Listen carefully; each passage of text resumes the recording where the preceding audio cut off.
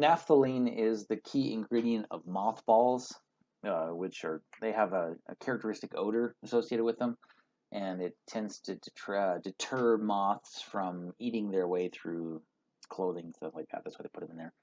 I remember using it as an undergraduate. You can melt it down. It has a pretty low boiling point, and then it's an excellent solvent. Like all kinds of things will dissolve inside of liquid naphthalene. But then when we were done, we had to clean it, and once it solidified and hardened all over our glassware, it took a long time to clean that up. And I'm not sure what the purpose of us doing that was, but I remember spending most of that laboratory trying to get little bits and pieces of naphthalene off of my hands, glassware. In the liquid state, it was easy to work with, but once that stuff solidifies, it was a mess. These other two compounds right here are very similar. They're essentially a benzene trimer. You have three different benzenes that are fused together. What you'll notice about anthracene is that even though they both have the same number of pi bonds, 1, 2, 3, 4, 5, 6, 7, and phenanthrene has 1, 2, 3, 4, 5, 6, 7, they both have the exact same number of pi bonds, but notice how the resonance energy of phenanthrene is higher than the resonance energy of anthracene. I'm not sure why phenanthrene got capitalized here. It's not that important. Okay. Anyway, phenanthrene has a higher resonance energy, which means it has more stabilization. So phenanthrene, of the two, between phenanthrene and anthracene, phenanthrene is a more stable compound. And the reason why is based on the Lewis structures that we see. Here you'll notice how all three of my benzene rings in phenanthrene can hold a full conjugated pi system. The pi bond right here is shared between both rings, so you can essentially map out a benzene ring in all three places. In anthracene, no matter how you resonance delocalize things, one of your aromatic rings is always going to end up looking like it only has two pi bonds. And so, phenanthrene is more stable because it has three full benzene structures,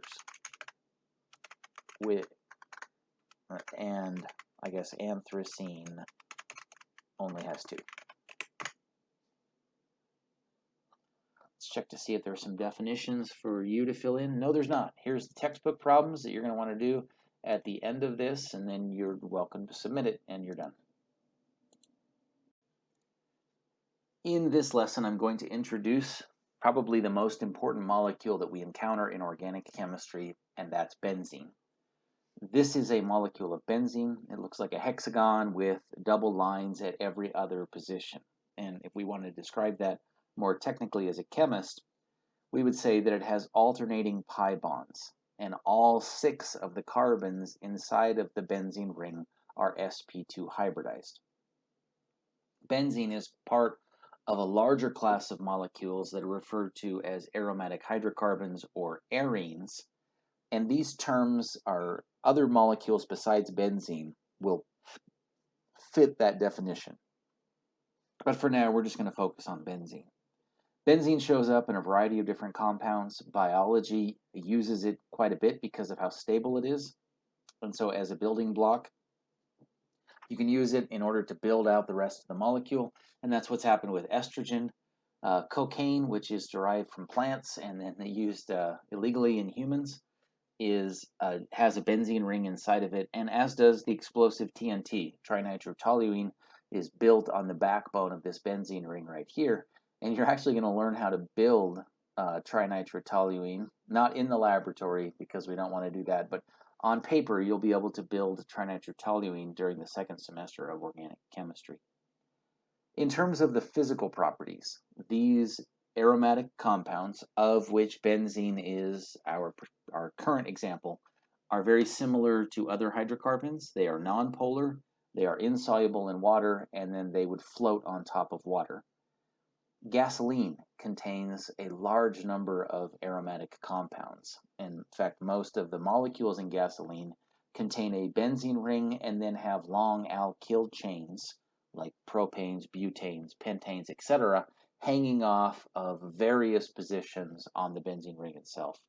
And so if you think about, well, what does benzene look like in your hand? Well, just hold some gasoline in your hand which is neither safe nor pleasant. So that's kind of what benzenes are like.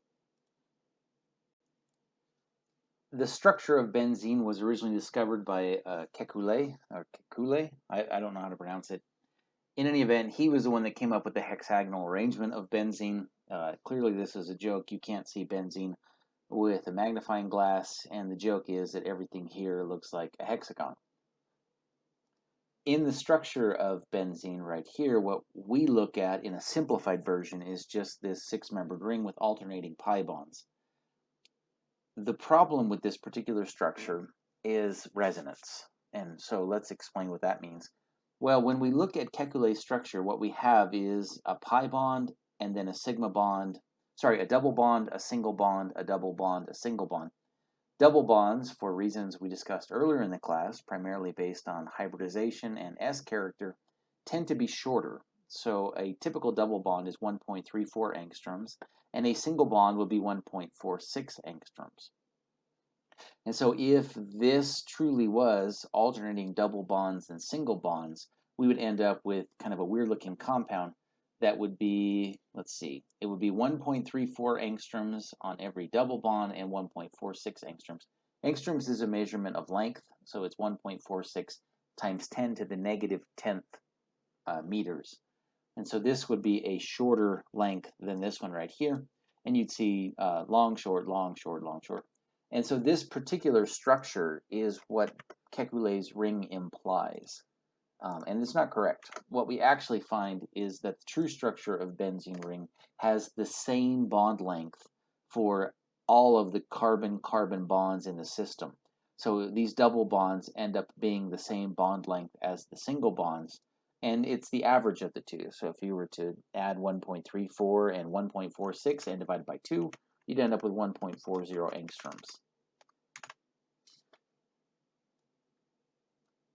One of the kind of solutions to trying to do this is to come up with a structure of benzene that shows that resonance. Remember, we used double-headed arrows to show resonance structures, and we could draw another benzene ring. Let's see if it'll do it on by default. Nope. Where we simply just show the pi bonds at the other position. So here is a resonance version of Kekulé's structure. And now, if taken collectively, these two structures together tell a true story of benzene where the pi bonds are alternating. And because they're alternating, it ends up that both what look like a double bond and a single bond end up being the same.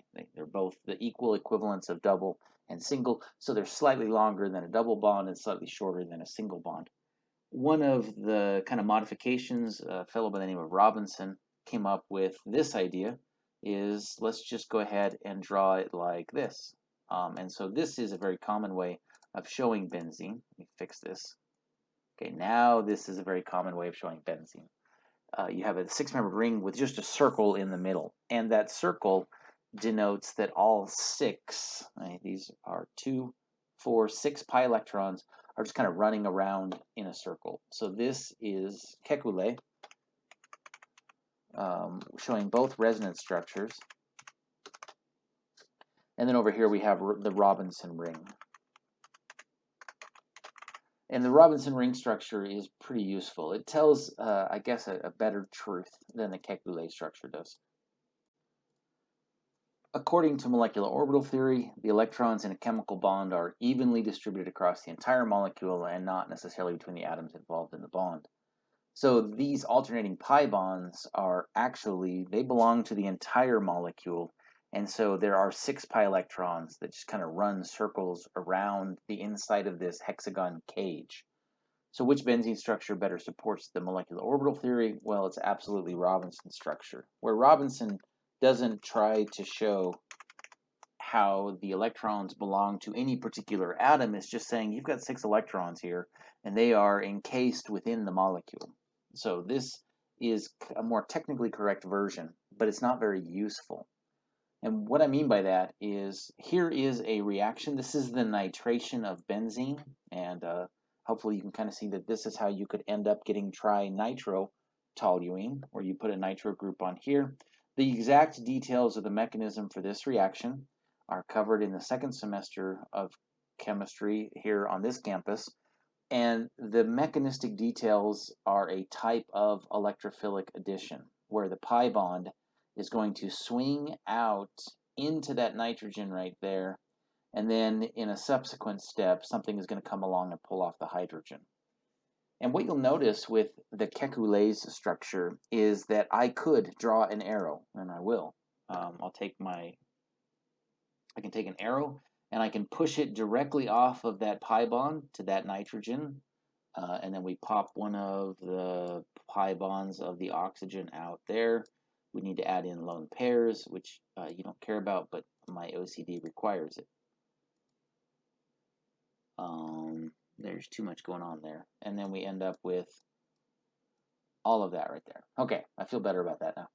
But in this electron pushing mechanism, right, where we're showing how these electrons are moving from the pi bond out onto that nitrogen, it's hard to show in the Robinson structure exactly what's going on because we've never actually assigned which electrons belong to which atoms. So while the Robinson structure is technically more correct, the Kekulé's structure is practically more useful. And so generally speaking, when I'm drawing out my benzene rings, if I know I'm not going to show a mechanism at any point, I'll use the Robinson structure. Just draw the hexagon with a ring inside of it. But if I'm going to need to push some electrons around, either to show resonance or to show an arrow pushing mechanism, then I'll use the Kekulé structure. And it's fair to switch back and forth between the two whenever you want. And so if you're drawing the structure, and that's kind of what you could draw it with the Robinson's ring here, and then realize that you messed up, and then draw it with the Kekulé structure, and then finish with Robinson.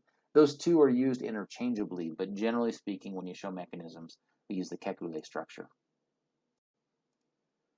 So why is it easier to use Kekulé's structure to show the arrow pushing mechanism for this reaction? Well, because the electrons are specifically and explicitly shown. We know where they are, we know who they belong to, and we can use our arrow pushing mechanism to show them.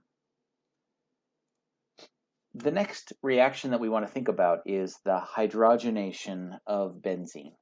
Now, this diagram that I have shown you here is not correct. Now, there's parts of it that are correct, and the bottom part is correct.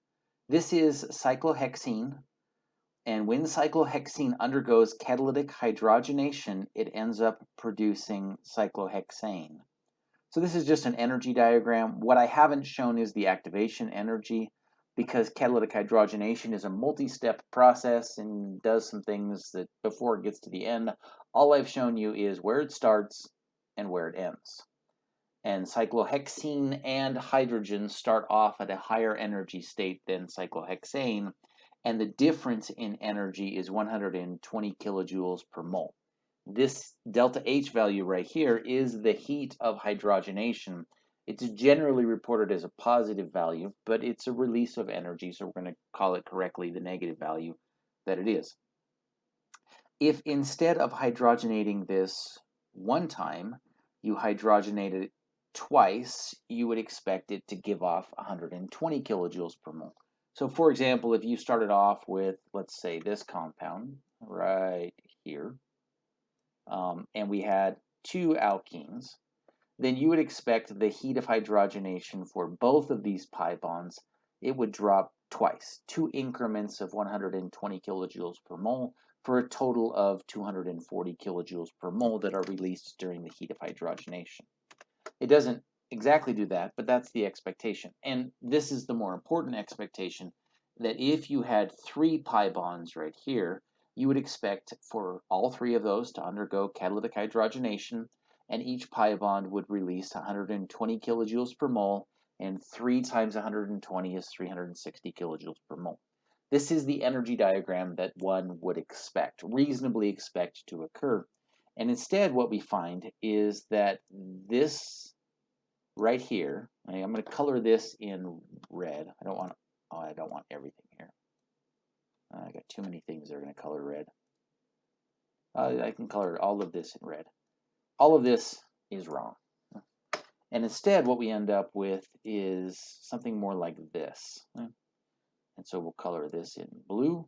what we actually see, and the delta H for this blue reaction, for the reality of the hydrogenation, is only 208 kilojoules per mole, measured experimentally. So you should ask the question, well, why? And the short answer to why isn't short, so we'll come back to that later. But what we should say about this is, what can we learn from this? Well, notice how the 3 pi bonds of benzene put us at a much lower energy state. That instead of being 360 kilojoules per mole higher than the cyclohexane, we're only 208 kilojoules per mole above the cyclohexane. This energy difference between these two right here is referred to as the aromatic stabilization of benzene. And numerically, 360 minus 208, the difference between these two values is 152 kilojoules per mole. Right? Yeah, okay. So this 152 kilojoules per mole is the energy that is saved. It's the stabilization effect. It's the gap between what we'd expect for benzene to do and what it actually does. This is how much more stable benzene is because of the alternating pi bonds within the system. Let's talk about nomenclature. Benzene is commonly just given the parent chain name. Even if it doesn't exactly have the highest priority, it still happens that a lot of times they just called it something something benzene. Now, we don't have that many different types of functional groups that we're naming in this particular course, so all you've had so far are alkanes, halogens, alkenes, alkynes, and alcohols. And the alkenes are highest in the priority of this group of 4. Alcohols are higher still. And benzene is a type of alkene, so benzene already has pretty high priority. So it shouldn't strike you as too weird that we tend to just call benzene the parent chain and that's it. So this would be bromobenzene or tert-butylbenzene or nitrobenzene. Unfortunately, because of how common benzene is in biomolecular structures, that means that chemists and biochemists have been pulling benzene-based compounds out of organisms for centuries. And so we ended up giving these a bunch of names before we really knew what their structures were, and these become common names, and these common names stuck. And so you have to know them. So this is a list to memorize, and you need to memorize it quickly. And toluene, benzaldehyde, styrene, benzoic acid, phenol, aniline, acetophenone, and anisole. Ones that you might already be familiar with, toluene, you can actually buy a carton. It's actually a metal canister, that's the word, canister of toluene at the hardware store. Styrene, if you polymerize this, you make polystyrene, and then if you blow air through it, you make polystyrene foam, which is abbreviated as styrofoam. And then phenol is carcinogenic. It causes cancer at some levels to some extent, but is actually one of the active ingredients in the throat spray that I remember using as a kid that would make your whole mouth go numb. When you had a cough, your mom would spray that stuff in your mouth. Maybe they don't do that anymore. Maybe I lived in an era of more cancer. I don't know.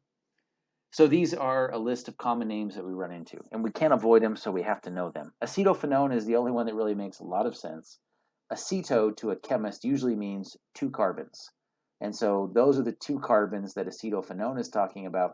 Phen, Phen, is a reference to the benzene ring, and one tells us we have a ketone. So acetophenone does make some structural sense if you know how to pull apart what all these words mean to a chemist.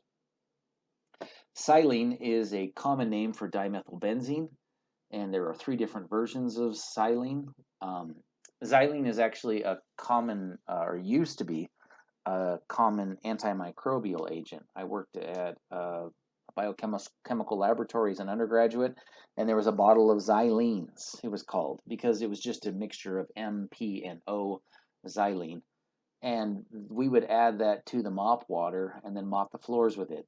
But it's pretty toxic stuff. And one day, my supervisor asked me to dump out the xylene that it had expired, which I thought was crazy that it would have an expiration date.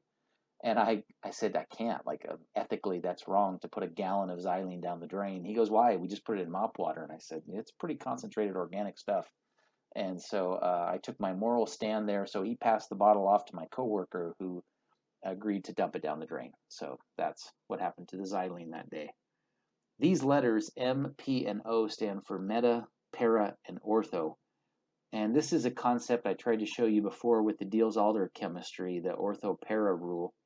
With benzene, when you have two things coming off the benzene ring, we describe with these words their relative positions. And it only applies when you have exactly two things coming off the benzene ring.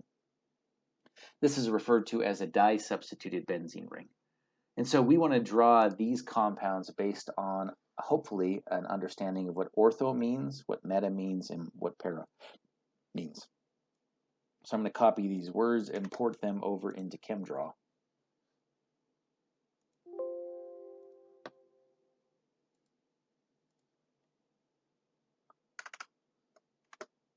All right.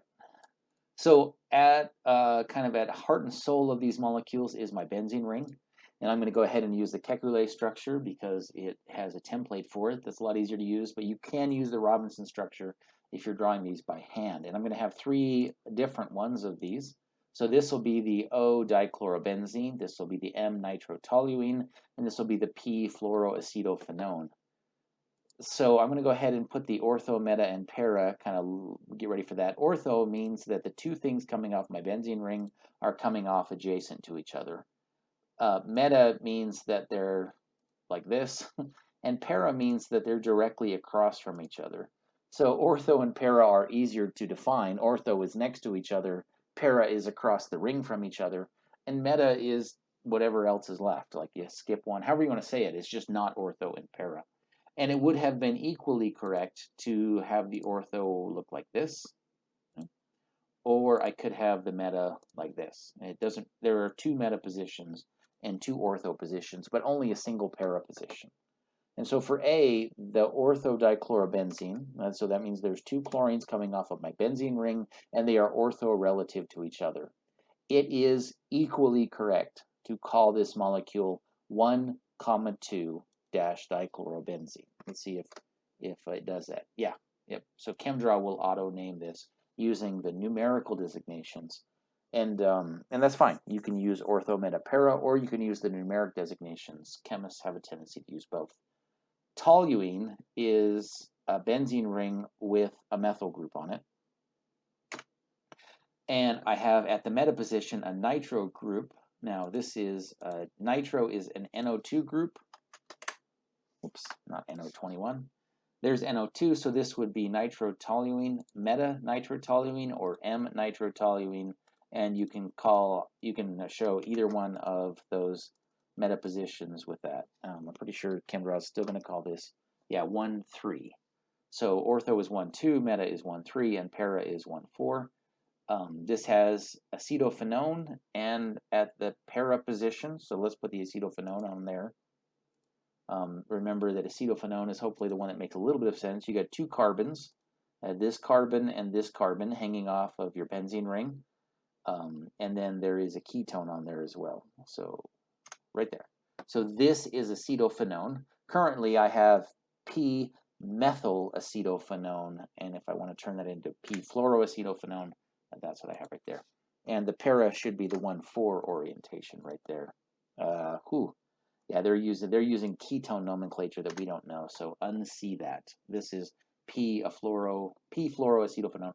Typically, the O, the M, and the P are italicized, so you want to make sure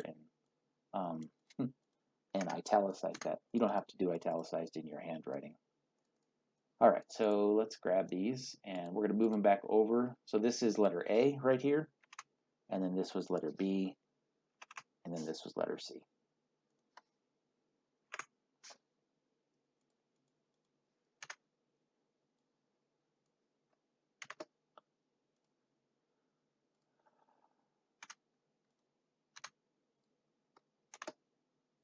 There we go.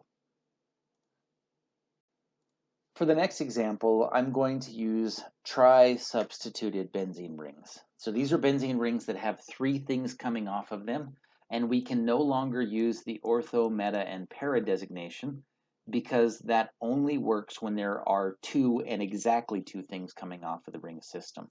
So we'll start off here with the parent chain name, and that's anisole. Anisole is an ether. So here is the oxygen. It's bound to a benzene ring on one side and a methyl group on the other side. So that's a common name, anisole, that you need to memorize. So when we use the word anisole, the thing that's coming off the benzene ring that makes it anisole dictates the number one position. So if I call it anisole, then I have this methoxy group hanging off of it, and that becomes the number one position because I use the word anisole. So I can just start numbering it either direction, it doesn't matter. So I'm going to go here and call this the 2 position, and that's where my fluoro group is coming off. And then at the 3, 4 position, I have an ethyl group. I have seen students try to do this that I'm about to tell you, and it's incorrect.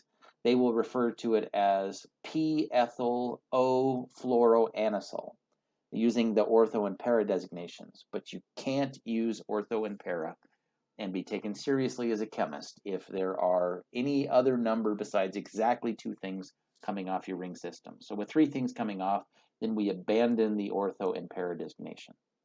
This right here, at its heart and soul, is a toluene. So toluene is a benzene ring with a methyl group. Again, that's something you just have to memorize. And then that becomes the number one position because I used the word toluene. So toluene dictates the number one position. At the 2 position, at the 4 position, and at the 6 position, I have my nitro groups. And this is TNT right here. In fact, in the spatial orientation of these, 2, 4, 6 is commonly assumed when you're talking. If you ask a chemist to draw TNT, even without you telling them the numerical positions, they're going to put them at the 2, the 4, and the 6 positions. And the reason for that is it's actually very difficult to synthesize or to build in a laboratory 3 nitro groups on toluene without putting them on the 2, the 4, the 6, and the 6 position, which is again something that you'll have to take a second semester of organic chemistry before you're allowed to know that. Aniline is a benzene ring with an NH2 group coming off of it. At the 2 position, which it doesn't matter which direction I go, so last time I went to the right, this time I'll go to the left. So there's where my methyl group is, right here. And then at the 3 position, I have an ethyl group. So this really was just kind of practice. This question was intended to help you practice your common names so you can kind of become more familiar with those, as well as using the numbering system when you can't use ortho and para. And you can't use ortho and para on these ones because there's not just 2 substituents on there. So let me prep those to carry them back over to the document.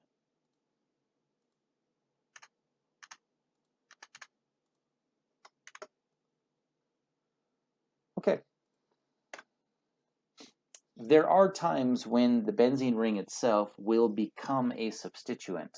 And this really was unkind that they came up with this system of nomenclature.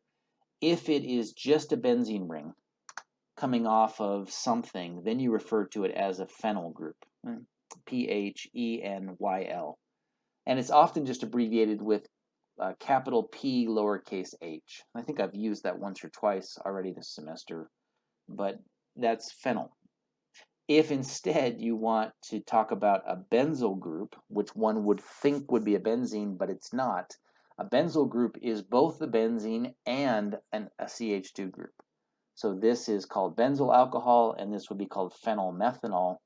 And notice how they're both the same thing, and both of these names are correct. It depends on how you want to name this benzene ring. If you call it just all by itself, just the 6 carbons, then it's called a benzyl group. But if instead you want to incorporate 1 additional carbon so that it's 7 carbons, now we call it a benzyl group.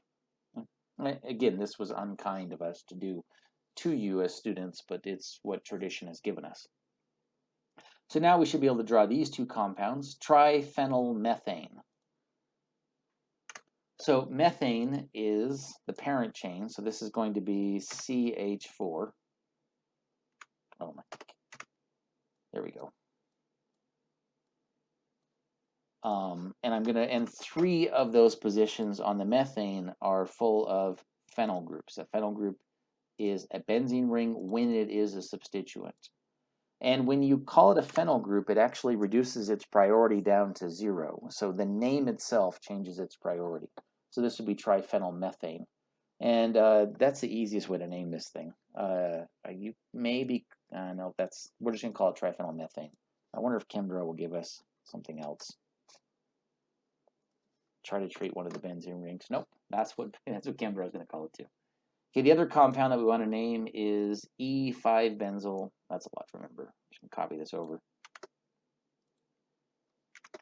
So we have E5-benzyl cyclooctenol. So that E right there refers to the double bond inside of the cyclooctene. And E is a trans-like double bond, and those are hard to find inside of small ring systems. And so I've drawn one of these before, but this right here is going to be my E-cyclooctene kind of parent chain. Make sure that, yeah, so this is just me drawing the E-cyclooctene. And now what I want to do is at the 2 position would be the alkene, because the alcohol is the highest priority group. So the alcohol is going to be at the 1 position. So if I put the alcohol either on this side or right there, either of those 2 positions would work, and it would push the alkene over to the 2 position. So now we have still E, but at the 1 position I have the alcohol, and at the 2 position I have the alkene. So that's 1, 2, 3, 4, 5. At the 5 position is my benzyl group. Remember, a benzyl is a carbon, and then we get into that benzene ring right there. So drop the benzene ring on that thing. Okay, so there's my E5-benzyl 2-cyclooctenol. And remember, the abbreviation for just a benzene ring all by itself is that capital P lowercase h, which I believe is hotkey number 4. But that right there is another way of a chemist shorthand representing a benzene ring as a phenyl ring. And we can do the same thing if we want over here on the triphenylmethane. I can cut these off.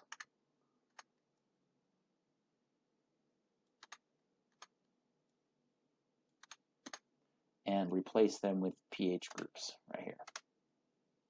And we still have triphenylmethane. Let's see, what did the question? Oh, wants us to draw them. So I'm going to take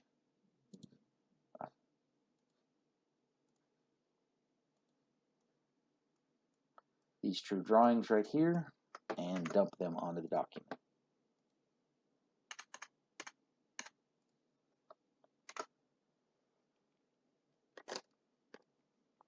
The last thing that we're going to look at are polycyclic aromatic hydrocarbons, PAHs.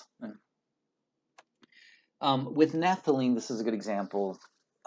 We try to use Kekulé structure to draw naphthalene. What you'll notice here with naphthalene is that at the joint between the 2 benzene rings, so naphthalene is essentially a benzene dimer, you have this double bond here that connects the 2 ring systems. So if you try to draw naphthalene by taking 2 benzene rings and shoving them together, one of the pi bonds always gets left out. And this happens to be the best resonance structure for naphthalene, because the other resonance structures are going to not give you a full benzene ring. So, well, let's go back to the drawing. That's what I'm showing right here. So this right here, notice how this has 1 full benzene ring, but this one doesn't have a full benzene ring. Over here it has 1 full benzene ring, but this is not a normal benzene ring.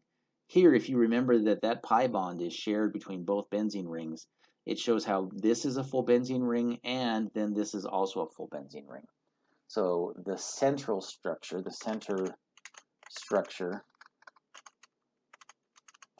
is the most representative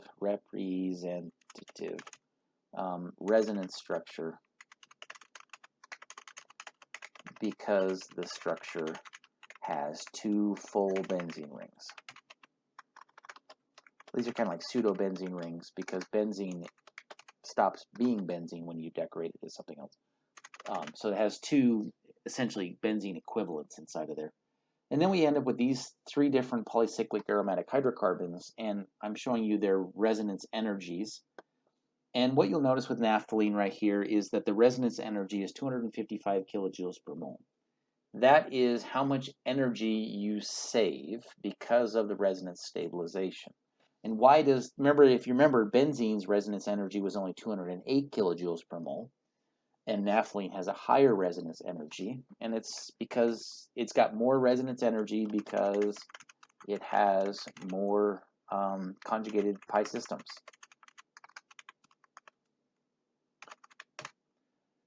In benzene, there was, if you remember, 3 different pi bonds, and in naphthalene, you have 5 different pi bonds. And so the 5 pi bonds of naphthalene give it more total resonance stabilization than benzene.